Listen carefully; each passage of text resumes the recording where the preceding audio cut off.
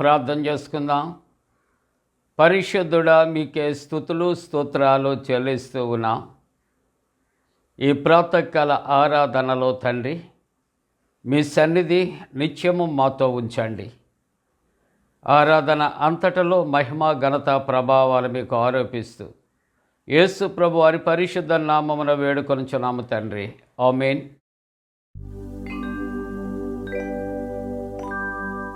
కానుక చేతుము మా జీవితము, అనవరతము నీకు అర్పణగా.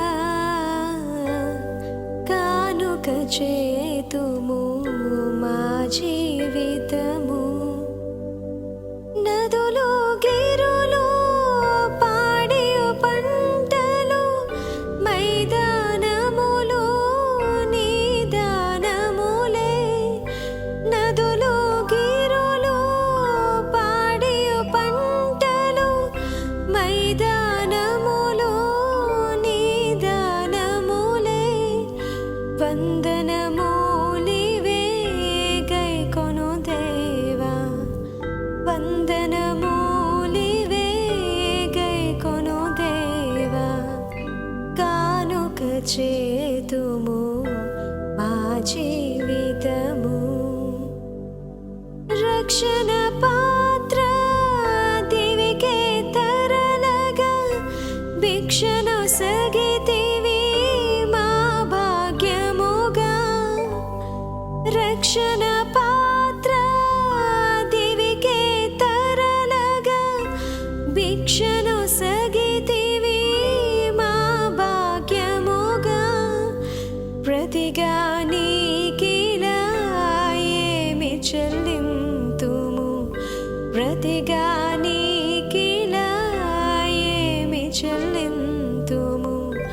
కానుక చేతుము మా జీవితము, పూర్ణ సమర్పణ సజీవ యాగమై అర్పణ చేతుము నిర్మల ప్రభువా. పూర్ణ సమర్పణ సజీవ యాగమై అర్పణ చేతుము నిర్మల ప్రభువా.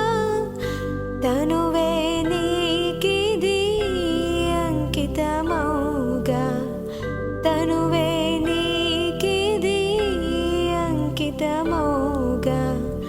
కానుక చేతుము మా జీవితము, నీ మందిరమున కొల్లగని దులన్ సమకూర్చెదము మా సంపదతో.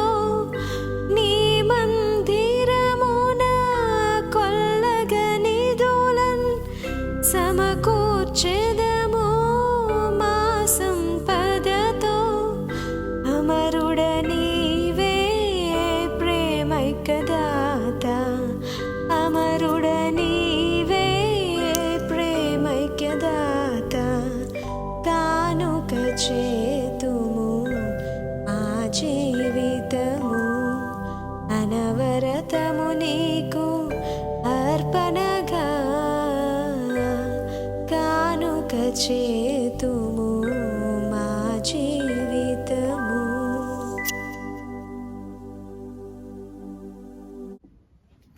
ప్రియులారా, ప్రభు పేరట మీకు శుభాలు. జన్మదినాలు, వివాహ దినాలు జరుపుకుంటున్నటువంటి కుటుంబాలకు యేసుక్రీస్తు ప్రభు పరిశుద్ధ నామమున శుభాలు తెలియజేస్తూ ఉన్నాం. దేవుడు మిమ్మలను దీవించునుగాక. మంచిదండి, మీరంతా క్షేమంగా ఉన్నారు కదా. ఈ ప్రాతకాల ఆరాధన కొరకు ఏర్పాటు చేయబడిన దైవవాక్యాన్ని చదువుకుందాం. అందరము కూడా పరిశుద్ధ గ్రంథాలు తెరచి యెషయా గ్రంథము 58వ అధ్యాయము 3వ వచనం. మేము ఉపవాసం ఉండగా నీవెందుకు చూడవు, మేము మా ప్రాణములను ఆయాసపరుచుకొనగా నీవెందుకు లక్ష్య పెట్టవు అని అందరు. ప్రియులారా, మొదటి దినము ఉపవాసమును ప్రతిష్ఠించుకోవాలి. రెండవ దినము ఉపవాసము ఏ విధంగా చేయాలి? ఈ మూడవ దినము మన యొక్క వాక్యాంశము మనము ధ్యానం చేస్తూ ఉంటున్నప్పుడు మనం చదివినటువంటి వాక్య భాగములో మేము ఉపవాసం ఉండగా ఎందుకు చూడవు అనే ఒక ప్రశ్న ఇక్కడ కనిపిస్తూ ఉంటున్నది. ఎందుకు చూడవు? ఆయన చూడకపోవటానికి కారణాలు చాలా తేటగా వ్రాస్తున్నాడు ప్రియులారా. దేవుని యొక్క మాట వినుట శ్రేష్టం. కాబట్టి దేవుడు మనతో ఏ విధంగా సెలవిచ్చారో అదే రీతిలో ఆయన కార్యాలు మనం చేపట్టాలి. ఆయన మాట చొప్పున చేయగలిగితే సక్సెస్ అనేది మన జీవితాల్లో ఉంటుంది. యోహాను సువార్త 2వ అధ్యాయం 11 వచనాలు కానా వివాహం మనకు తెలుసు. ఎప్పుడూ నీరు మధురమైన ద్రాక్షరసంగా మార్చబడింది. అక్కడ క్రీస్తు ప్రభు ఆయన దగ్గరికి వచ్చినటువంటి వారితో చెప్పిన మాటలు 2 తూములు పట్టు 6 రాతి బాణాలు. నీటితో నింపమన్నప్పుడు వాళ్ళు అంచులో మట్టుకు నింపిరి అని దేవుని యొక్క వాక్యం. ముంచి విందు ప్రధానికి చూపెట్టమన్నారు. ఆయన ఏది అయితే తెలియచేస్తున్నాడో, ఏ మాట చెబుతున్నాడో అదే వారు చేశారు. వారి చేతితో నీటిని నింపారు. అదే చేతితో వారు ముంచినప్పుడు త్రాగినప్పుడు మొదటి పర్యాయము ద్రాక్షారసము కన్నా రెండవ పర్యాయము ద్రాక్షారసము మధురం. క్రైస్తవ జీవితములో ట్రెడిషనల్ క్రిస్టియానిటీ ఉంది. ఆచారయుక్తమైన క్రైస్తవులు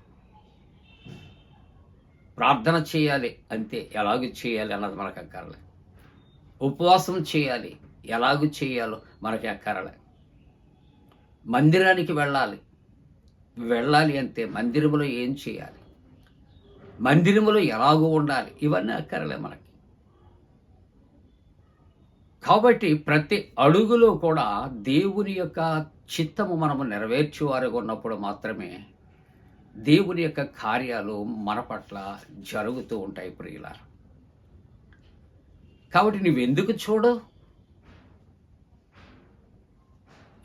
చూడవు అంటే ఆయన చూచేలాగా ఉపవాసం ఉంటున్నామా? ఆయన చెప్పినట్లు మనం ఉపవాసిస్తూ ఉంటూ ఉన్నామా? మనం నిష్ఠ నియమము కలిగి మనము జీవిస్తున్నామా? మనము కూడా ఆలోచన చేయవలసినటువంటి అవసరత. ఇక్కడ ప్రభు చాలా సూటిగా మాట్లాడుతూ ఉన్నాడు. మేము ఉపవాసం ఉంటుండగా ఎందుకు చూడవు? అంతేకాకుండా ఇక్కడ మేము మా ప్రాణములు ఆయాసపరుచుకొనగా నీవు ఎందుకు లక్ష్య పెట్టవు అని అందరు. ఇక్కడ ప్రభు వాటికి చక్కటి జవాబిస్తూ ఉన్నాడు తెలుసా? మీ ఉపవాస దినమున మీ వ్యాపారాలు మీరు చేస్తూ కనబడుతూ ఉంటారు. ఉపవాస దినము అనగా మన వ్యాపకాలు విడిచిపెట్టాలి. దేవుని యొక్క పని మీద మనం ఉండాలి. దేవుని యొక్క సన్నిధిలో మనం ఉండాలి. దీనులముగా ఉండాలి. విశ్వసించి ఉండాలి. మన అవసరత ఏంటో ఎలుగెత్తి ప్రభు యొక్క సన్నిధిలో మొరపెట్టుకుంటూ ఉండాలి. కానీ మనం ఏం చేస్తూ ఉంటామంటే దైవ సన్నిధిలో కూర్చుని ఉంటాము అన్నట్లు ఉంటాం, కానీ బాడీ ప్రజెంట్, మైండ్ ఆబ్సెంట్. మన మనస్సంతా కూడా లోకంలో సంచారం చేస్తుంది. ఎక్కడెక్కడో వేటి మీద సంచారం చేస్తుంది. వేటి కొరకు ఆలోచన చేస్తూ ఉంటారు. ప్రభు అదే అంటూ ఉన్నాడు. మీరు ఉపవాస దినమున మీ వ్యాపారాలు మీరు చేస్తూ ఉంటారు. మీరు కలహపడుతూ ఉంటారు. కలహాలు మీకు తెలుసు కదా. కలహాలంటే దెబ్బలాటలు, గొడవలు, తిరుగుబాటు. మనం చేసేవి ఏ పొరపాట్లు చేస్తూ ఉన్నాం, ఏది చేయకూడదో, ఏది చేస్తున్నాం క్లియర్గా ప్రభు మాట్లాడుతున్నాడు. మనం అలాగున చేస్తూ దేవుణ్ణి ప్రశ్న వేస్తూ ఉంటున్నాం. ఎందుకు మా ఉపవాసమును మీరు ఎందుకు చూడరు?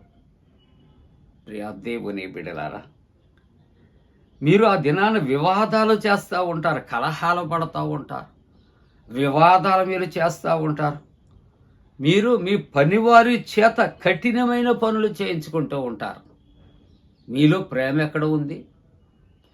వాడు మోయలేని బరువులు వాడి చేత మోయిస్తారు, చేయలేని పనులు వాడి చేత చేయిస్తూ ఉంటారు. ఆ తదుపరి అన్యాయముగా మీరు గుద్దులాడుతూ ఉంటారు. ఎలాగటండి? అన్యాయముగా అంటే ఉపవాసిస్తూ ఉన్నటువంటి నీ జీవితంలో న్యాయం అనేది దేవుడికి కనపడతలేదు. నా యొక్క జీవితంలో న్యాయము అనేది దేవుడికి కనిపించటం లేదు ప్రియులారా.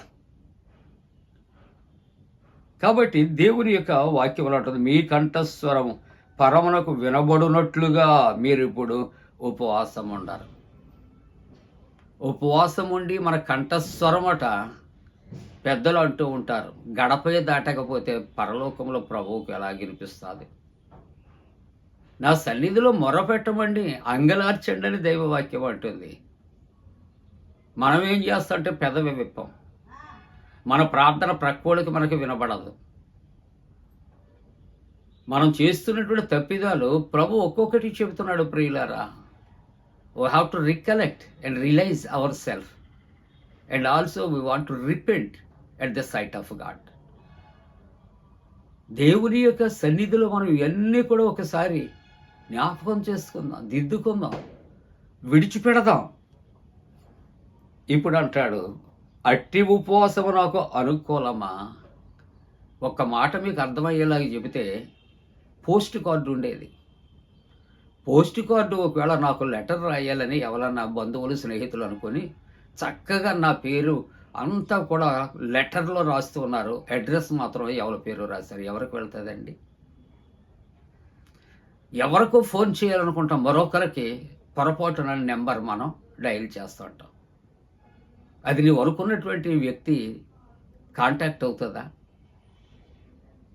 ఇటువంటివి ఎన్నో ఎర్రర్స్ మన జీవితాల్లో ఉన్నాయి, పొరపాట్లు మన జీవితాల్లో ఉన్నాయి. చేయవలసినవి చేయము, అడగవలసినవి అడగము. ఏమంటాం? దేవుడండి నా ప్రార్థన ఆలకించలేదండి. ఎందుకంటే మనం ఏంటో మనం చూసుకుంటాం తక్కువ, ఎదుటి వ్యక్తుల మీద నిందలు వేయటం మహా ఎక్కువ. అందుకే దైవవాక్యం, అట్టి ఉపవాసము నాకు అనుకూలమా? మనుష్యులు తమ ప్రాణములను బాధపరచుకునవలసినటువంటి దినము అట్టిదేనా? ఒకడు జమ్ము వలె తల వంచుకొని గోనె పట్టగొట్టుకుని బూడిద పలుచుకొని కూర్చోట ఉపవాసమా? అంటే వ్యక్తి యొక్క ఉద్దేశ్యాలు పరిశుద్ధ గ్రంథములో బైబిల్ చరిత్రలో గోనె పట్టగొట్టుకొని వస్త్రాలు తీసి గోనె పట్టగొట్టుకొని బూడిదలో కూర్చొని జమ్ము వలె తల వంచుకుని కూర్చుండటం అనేది ఉన్నది. అంటే ఇవన్నీ నామినల్లా ఆచారయుక్తమైనవా? అలాగు చేసి దేవుని యొక్క సన్నిధిలో కూర్చుని వ్యాపారాలు చేస్తాం, గుద్దులాడటం, ఇవన్నీ చేయటం దేవునికి ఇష్టమా? అది ఈ ఉదయకాలం మనతో ప్రభు అడుగుతూ ఉంటున్నాడు. బూడిద పరుచుకొని కూర్చుండే ఉపవాసమా? అట్టి ఉపవాసము యెహోవాకు ప్రీతికరమా? మా యొక్క ఉపవాసాన్ని ఎందుకు చూడవు, ఎందుకు జవాబు ఇవ్వవు అంటే, మనం చేసే పొరపాట్లు తప్పిదాలు కొద్దిగా ఆయన ఎత్తి చూపెట్టి అంటాడు, అట్టి ఉపవాసము నాకు ప్రీతికరమా, నాకు ఇష్టమా, నాకు అనుకూలమా? కాబట్టి మన జీవితాల్లో ప్రభు సన్నిధిలో ఉపవసించి ప్రార్థిస్తూ ఉంటాడు.